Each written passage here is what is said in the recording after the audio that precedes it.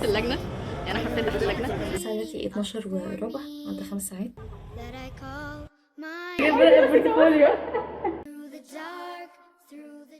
ده بطيء جدا، بطيء جدا جدا. بالنسبة لي احنا عايزين نخلصه. مخنوقه جدا. رجعنا ان احنا في اخر اليوم يعني مش قادرة. سيشن 6 ساعات. 30 ساعة كل ده يخلص يعني، بالطول بالعرض. يعني انا مش هاخد كليب ده تاني، هنمشي.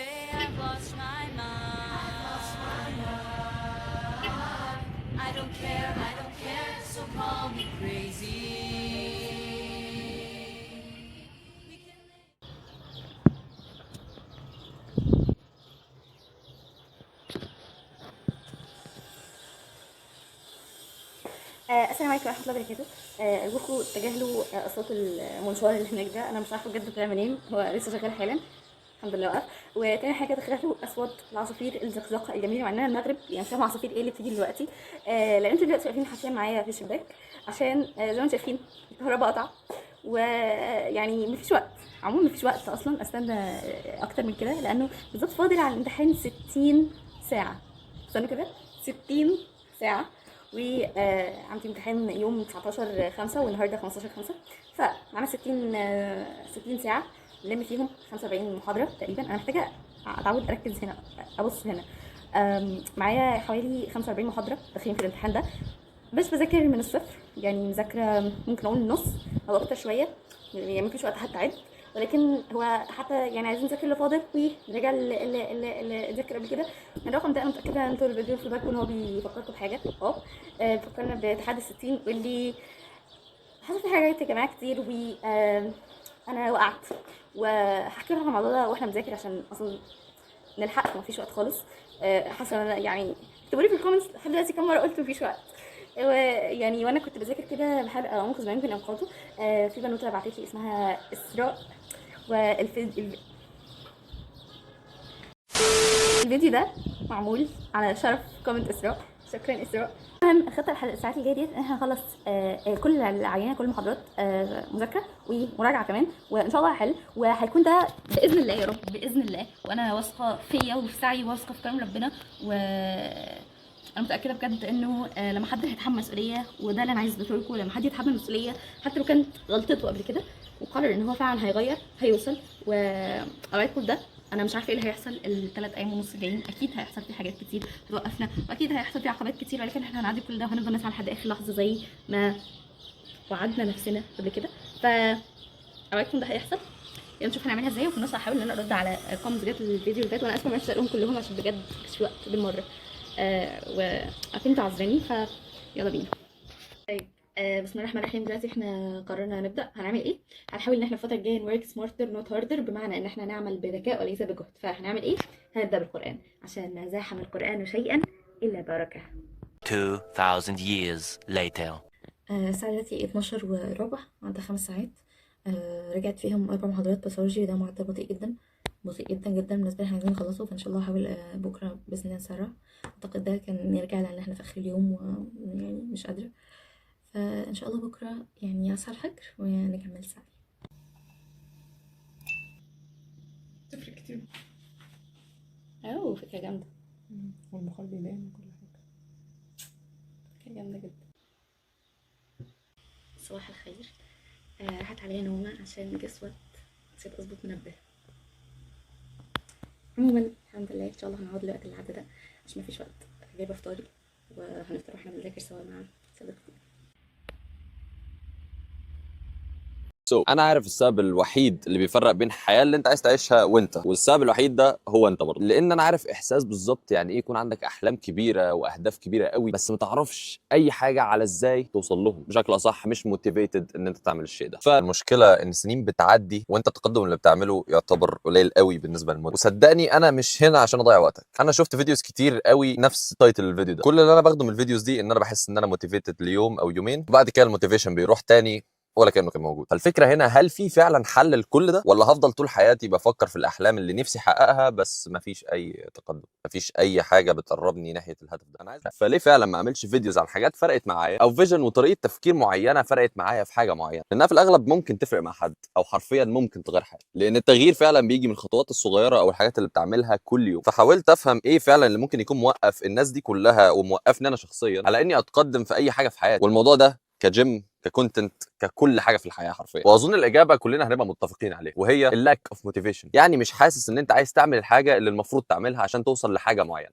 انت عايز الحاجه اللي في الاخر بس مش موتيفيتد ان انت تعمل الحاجات اللي هتوصلك. وده اسوأ حاجه، انك تخلي مشاعرك هي اللي تحدد تعمل ايه وامتى، بدل ما على الاقل تاخد اي خطوه في اتجاه الهدف ده. لو انت اخدت اي خطوه ناحيه اي بروجكت كرييتيف مثلا زي الفيديوز اللي انا بصورها دلوقتي، مشاعرك مع الوقت هتساعدك في اتجاه الشيء ده. انما لو استنيت احس اني جاهز، في الاغلب مش هعمل اي حاجه. بص، انت استحاله تحدد انت هتبقى موتيفيتد امتى، بس اللي تقدر تحدده انت هتبدا شغل في حاجه معينه امتى. الموضوع لما بيجي للاهداف، لما بتعمل زوم اوت وتفكر في الصوره الكبيره قوي، في الاغلب مش هتاخد اي خطوه ناحيتها، وهتحس ان انت اوفرويلد ومش جاهز تعمل اي حاجه. انما لو ركزت على حاجه واحده جوه الهدف الكبير ده، وركزت على انك تحقق الحاجات الصغيره في الاول، هتكسب انك ديسيبلين وبرودكتيف. وده هو المفتاح اللي انت عايزه، انك تاخد خطوه الاول، ما تستناش جير معين يبقى معاك او الوقت المعين اللي هيجي لك فيه موتيفيشن.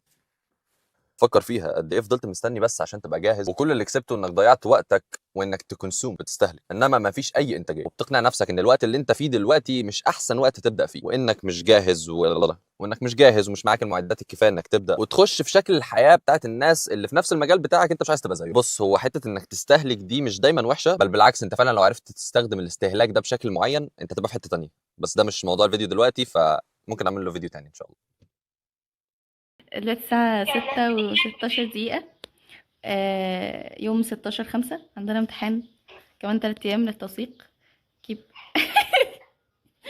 هنلم المايكرو شوال هنلم المايكرو شوال.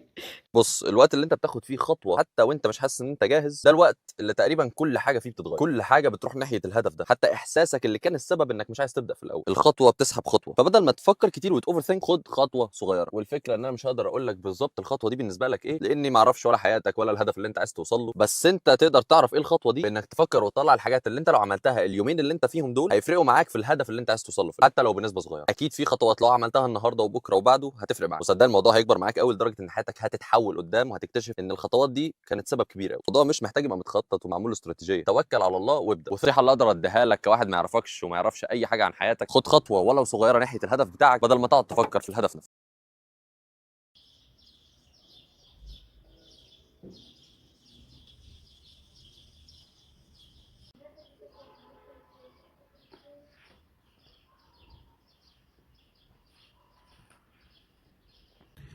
قال النبي صلى الله عليه وسلم في تعليمه لعبد الله بن عمرو بن العاص كيف يهتدي وكيف يوازن بين الحقوق وكيف يقوم بالقسط، قال: وإن لنفسك عليك حقا.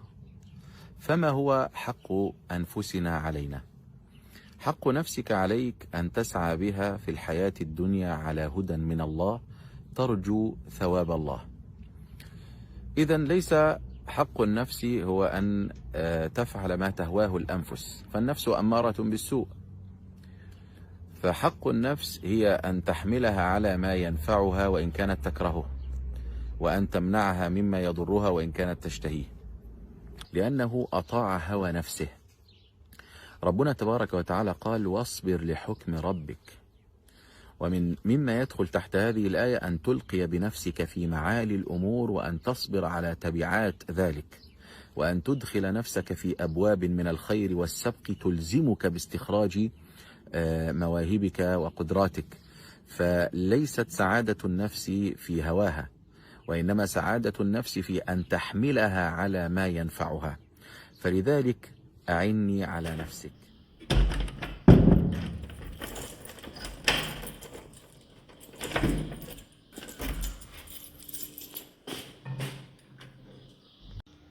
حاسه ان انا مخنوقه جدا فنطلع نذاكر. مش مهم نروح نذاكر فين، المهم يكون هادي.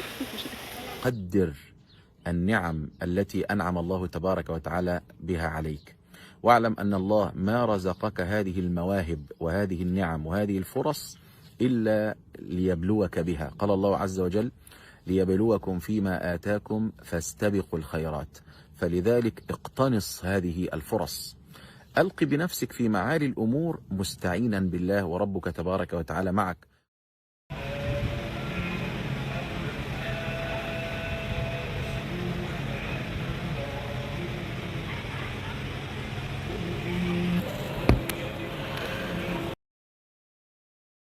قال الله عز وجل: ومن جاهد فإنما يجاهد لنفسه. هذا في مطلع سورة العنكبوت. أما في خاتمة السورة: والذين جاهدوا فينا لنهدينهم سبلنا وإن الله لمع المحسنين. إياك أن تهرب من باب خير فتح أمامك خشية تبعات هذا الأمر، بالعكس ألق بنفسك في معالي الأمور مستعينا بالله تبارك وتعالى، وسترى قدر القدرات والمواهب التي ستثور بسبب هذا القرار. الحمد لله كانت سيشن 6 ساعات، ذاكرت 3 محاضرات بس اخترت واحدة، يعني محاضرات سهلين ورجعت 2. يلا نكمل. وقد ايه الوقت هيجري من دلوقتي، دي حاجة معروفة وانا سمعت كتير عن حلول ليها هقولها لك يعني. بس انا شايف ان من السن دلوقتي اللي هو 22 سنة هيبدأ الدنيا تجري. 24 26 30 الدنيا هتبدأ تجري، وده مش عشان الدنيا بتجري، مش عشان الوقت بيعدي بسرعة، هو الحياة بتسحل اكتر، الحياة مشاغل، الحياة distractions، الحياة بتمسكك بقى علقة من اول لما تتخرج من الجامعة بالذات، وطبعا قبل كده يعني انا لسه من شوية كنت 18. فانا بقى من دلوقتي محتاج اركز جدا في حوار الوقت ده، محتاج تركز جدا في حوار الوقت ده ايا كان انت سنك كام. انا كده خلصت مايكرو، خلصت بارا، خلصت باثو الا واحده، خلصت فارما الا واحده. ايه تاني اعتقد كده قلت معظم المواد يعني. فاضل لي بس جس وات، فاضل لي فيسيو واناتومي وهيستو اللي هو صباح الفل من المواد النظري يعني. بس الحقيقه ان انا كنت بحضرهم يعني، فمتفائله خير، متفائله خير ان شاء الله. ما اطلعش كلاون في الاخر وياخدوا مني ليله الامتحان اصلا ما يخلونيش انام. لا، خير خير خير ان شاء الله. انا كده خلصت حوالي 24 محاضره مراجعه، باقي لي 20 او 21 مذاكره. بس عموما انا مش عارفه ليه حاجات بتاخد وقت اطول من اللي انا كنت حاطاه، لكن انا متفائله بجد. عارفين اللي هو ساعات كده بتبقى الوقت بيمر بسرعه ومفيش انجاز ومش عارفه ايه، بس لما انسان يحاول ويعافر وبتاع بجد سبحان الله، اكيد ده توفيق من ربنا. مره واحده كده تلاقي بجد الدنيا بتتيسر، الدنيا بتمشي مره واحده كده، وتحس كده انه سبحان الله في ساعه كده معينه فيها بركه خلصت فيها اللي مخلصتوش في اليوم كله. فانا مؤمنه جدا بالمعجزات اللي زي ديت. اسمه ايه ده فعلا. وياما جربتها ان تبقى في عز الزنقه كده، وبعدين تفتكر بيت الشعر بتاع ضاقت فلما استحكمت حلقاتها فرجت وكنت اظنها لا تفرج. يعني عزائي الوحيد انه باقي 36 ساعه، 36 ساعه كل ده يخلص يعني بالطول وبالعرض. صباح السعي. وسمعت حاجات كتير زي ان انت تكون مظبط حاجة كبيرة لازم تعملها في السنة، لازم تسافر سفرية او تفتح بيزنس او حاجة اللي هو انت بتمارك دي السنة اللي انا عملت فيها كذا حاجة كده، بسيرش عليها. بس هو من الاخر هي المبدأ بتاع ان انت تمارك الحياة بحاجات كده ثابتة. انا لازم اعمل كذا السنة دي علشان السنة ما تجريش. انا مشغول، كلنا مشغولين، بس لازم تمارك حاجة ان انت تكون السنة دي انا عملت كذا وعملت كذا وعملت كذا، وتعرف تصورها وترجع تفتكر الميموريز دي. انا ممكن اعترف بحاجه، انا عمري ما ذاكرت هيست غير في الشباك. طب ازاي احنا عندنا قدام بين قسموا يبقى ناس دي 3 زون. زون 1 اللي هو قريب من الباسكت وده، زون 2 اللي في النص، زون 3 اللي هو ابعد واحد من ايه الباسكت واقرب واحد للسنتر بي. انا هسال مين اكتر واحد هيستخدم ده سبلاي؟ اكيد زون 1 واقل واحد زون 3. يبقى معنى كده ايه؟ معنى كده ان زون 1 ده حتى الايس كريم والهار. السن ده زي ما انا قلت كمشاغل وككل حاجة هو اهم سن في حياتنا. السن ده هو اللي هنتعب فيه ونريح في الاخر، او هنريح دلوقتي ونتعب في الاخر، او هنتعب في الاول وهنتعب في الاخر، او هنريح في الاول وهنريح في الاخر. life is not fair. بس ده اهم وقت ليك في حياتك، ان انت تبني نفسك وتبني حياتك وتبني شخصيتك وتبني كاريرك وتبني الناس اللي حواليك، تبني كل حاجه. ده الوقت اهم وقت في حياتك. الدنيا هتجري وبتجري، ودي من علامات الساعه. اهم حاجه، اهم حاجه هو البروجرس العالي اللي على طول هيبقى في حياتك من ناحيه ربنا. على طول انت بتزود كواليتي اسلامك، بتزود كواليتي ايمانك، على طول انت بتبقى بتتحسن، على طول بتحفظ صور جديده، على طول بتعرف حاجات جديده، على طول بت بت بتصوم وبتصلي حاجات ما كنتش تعرفها، ما كنتش بتعملها السنين اللي فاتت. ايمانك اقوى، علمك بدينك اقوى، علمك بشخصيتك، وعلمك بالبني ادم المسلم الصالح كشخصيه عامله ازاي. دي حاجات كلها مهمه عشان الوقت بيجري. الوقت بيجري. مش هتكون انت نفسك تسافر باريس، مش هيكون نفسك ان انت يكون معاك العربيه اللامبورجيني، مش هيكون نفسك اي حاجه من الحاجات دي.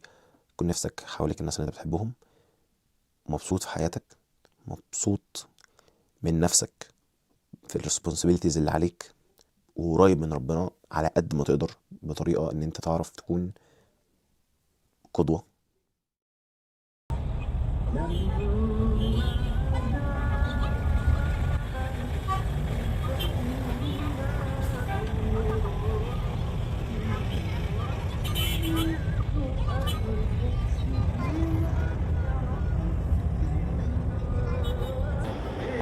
صباح الخير تحت اللجنه، يعني حرفيا تحت اللجنه. لا بجد خير خير عموما. جس وات، انا كنت حاسه ان ده هيحصل فعلا، سبحان الله اللهم لك الحمد. في اخر ساعات حرفيا خلص كله ما عدا سي 5 بس. عشان غير كده يعني مش منه انجاز، ما كانش اللي هو ال 100% وصلنا ل 99. اوكي، فده تحفه جدا. خلاص انا مش محتاجه حاجه تاني بالدنيا، ولا حاجه هنعملها تكون بكرم ربنا. يلا بينا. بسم الله الرحمن الرحيم. لسه قايم من لسه قايم من البورتفوليو، ويعني حابه الدكتور قالت لي شكرا، وانا حابه اشكر سلمى عشان الحقيقه يعني سلمى تعبت معانا جدا في البورتفوليو ده، يعني ربنا يخليكي سلمى اللي جت بدأ البورتفوليو. روحي شكرا.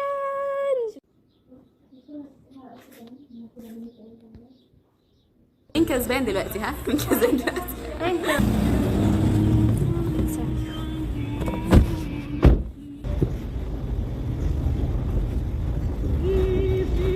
أموت أنا في اللحظات الأخيرة. The second part of our question was what would happen if we get that patient diet, a rapid follicular nuclei? Well, let's see. If that happened, this patient would present to a hospital or outpatient clinic or whatever. When we get an interventional nutrition, intravenous or parenteral or whatever, then one of these electrolytes or even only the vitamin B1 will decrease. So within hours or even days, if not managed, this patient would go to the devastating consequences. That includes respiratory failure, cardiac dysfunction, and even coma or death. So that's called Ruffini syndrome. As per refined Ruffini syndrome, that is a metabolic state, an emergency metabolic state, when we introduce a nutrition for a malnutrition patient rapidly without following the guidelines. That was level 1, due to the pathophysiology of this syndrome. Well, you can start with a start patient, okay? Here we have start patient. Then, let's see, closer look on the cell level, we have insulin level low because we have low level of blood glucose, and also the electrolytes and vitamins are depleted. Then we start to feed them rapidly and focus on rapidly. The blood glucose will increase dramatically.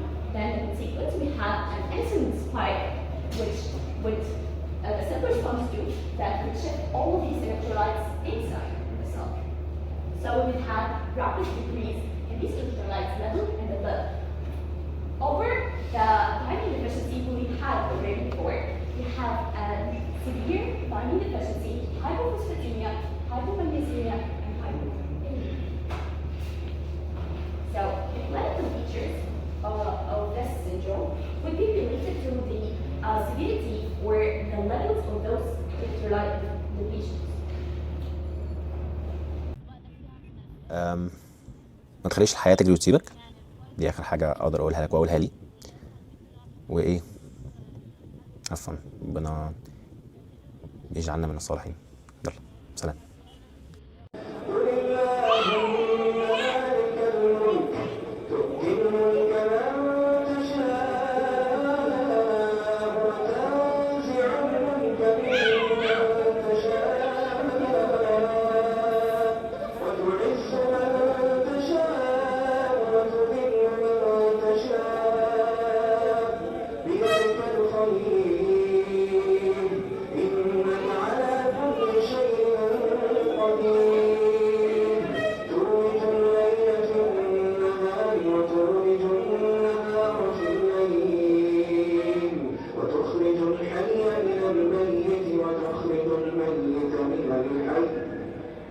وترزق من تشاء